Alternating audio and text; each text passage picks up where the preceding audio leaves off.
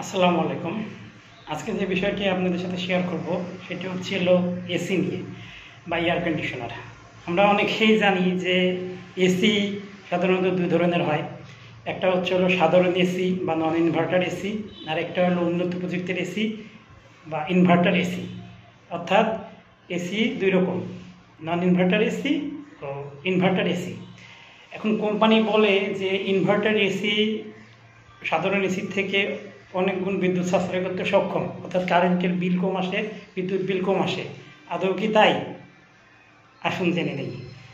আসলে inverter AC ও নন inverter AC মধ্যে যে মূল যন্ত্রাংশগুলো, এটার মধ্যে সেরকম কোনো পার্থক্য নাই।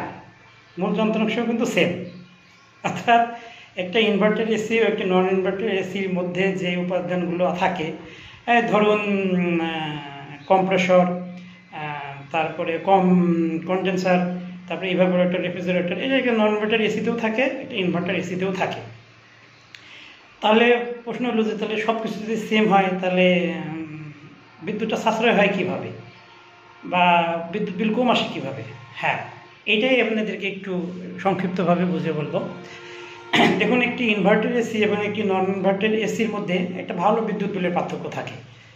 মোটামুটি ভালো একটা বিদ্যুৎ বিলের পার্থক্য থাকে।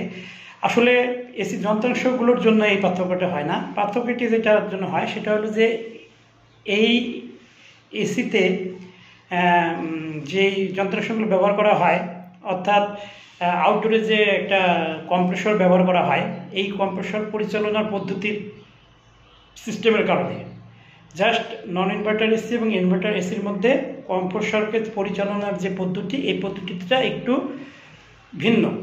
কীরকম?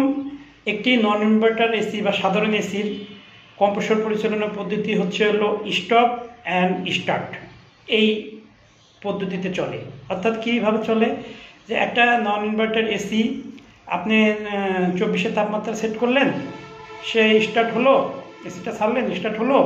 সে যতক্ষণ পর্যন্ত না 24 তাপমাত্রা বা কম্প্রেসরটি যতক্ষণ পর্যন্ত না 24 তাপমাত্রা সেট আসলো, ততক্ষণ পর্যন্ত কম্প্রেসরটি চলতে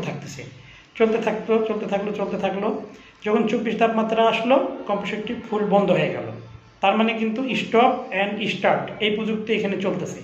একেবারেই বন্ধ হয়ে গেল, একেবারেই ফুললি নতুন করে আবার চালু হলো। আর আমরা ভালো করেই জানি, বা আমরা যারা জানি না তারাও জানি নেই, যে ইন্ডাকটিভ যে লোডগুলো আছে, অর্থাৎ মোটর টাইপের যে লোডগুলো আছে, এগুলো ইন্ডাকটিভ লোড বলা হয়। এই ইন্ডাকটিভ লোডগুলো প্রচুর পরিমাণে বিদ্যুৎ কারেন্ট গ্রহণ করে, এম্পিয়ার নেয় অনেক বেশি স্টার্টিংয়ের সময়। তাই যখন আপনি একটা সাধারণ এসি বা নন ইনভার্টার এসিকে স্টার্ট এবং স্টপ এই প্রযুক্তির মাধ্যমে চালাবেন, তখন কি হচ্ছে যে সে পুরোপুরি বন্ধ হয়ে যাচ্ছে, আবার পুরোপুরি চালু হচ্ছে, পুরোপুরি বন্ধ হচ্ছে, পুরোপুরি চালু হচ্ছে। এতে প্রত্যেকবারই প্রচুর পরিমাণে এম্পিয়ার বা কারেন্ট গ্রহণ করতেছে, যার কারণে দেখা যাচ্ছে যে দিন শেষে একটা ভালো বিদ্যুৎ গ্রহণ করতেছে এই কম্প্রেসরটি। কিন্তু অপরপক্ষে ঠিক এই ইনভার্টার এসির ক্ষেত্রে যেটা হচ্ছে, যে ইনভার্টার এসিটি হচ্ছে আপনার ওদের যে কম্প্রেসরটি আছে, এই কম্প্রেসরটির মধ্যে কম্প্রেসরটিকে পরিচালনার যে পদ্ধতিটা আছে, এই পরিচালনার পদ্ধতিতে হচ্ছে আপনার হচ্ছে ইনভার্টার প্রযুক্তি ব্যবহার করছে। ইনভার্টার প্রযুক্তির ভিতরে যে সিস্টেমটা আছে, যে পদ্ধতিটাতে ওই কম্প্রেসরটাকে পরিচালনা করে, সেটা হলো ভিএসসি, অর্থাৎ ভেরিয়েবল স্পিড কন্ট্রোল।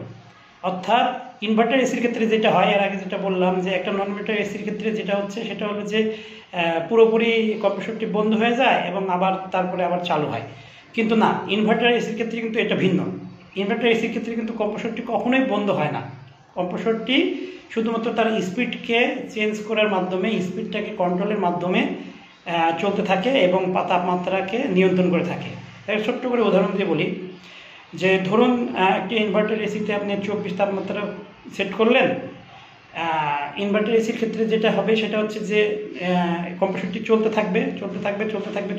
যখন 24 তাপমাত্রা আসবে, কম্প্রেসরটি আর ফুল বন্ধ হয়ে যাবে না, একবারে স্টপ হয়ে যাবে না। কম্প্রেসরটি স্পিড কমিয়ে ফেলবে, ভেরিয়েবল স্পিড কন্ট্রোল প্রযুক্তির মাধ্যমে স্পিড কন্ট্রোল করে নেবে, অর্থাৎ খুব ধীর গতিতে চলতে থাকবে, যার কারণে দেখা যাচ্ছে সেখানে খুব অল্প এম্পিয়ার গ্রহণ করবে এবং অল্প করে বিদ্যুৎ টানবে।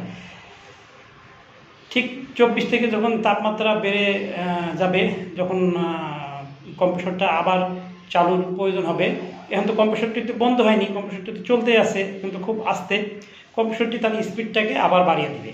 বাড়িয়ে দেওয়ার পরে তাপমাত্রাটা আবার কমতে শুরু করে দেবে, নিয়ন্ত্রণে আসবে।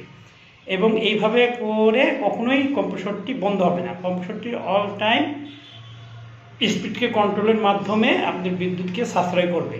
তো এইভাবে এই প্রযুক্তি ব্যবহার করে দেখা গেছে যে একটা ইনভার্টার এসি বা একটা নন ইনভার্টার এসি যদি সেম সময় চালানো যায়,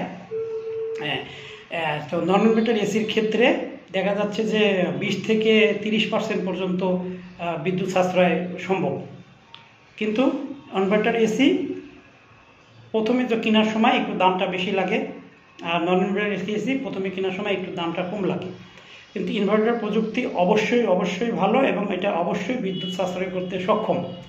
আসসালামু আলাইকুম, ধন্যবাদ।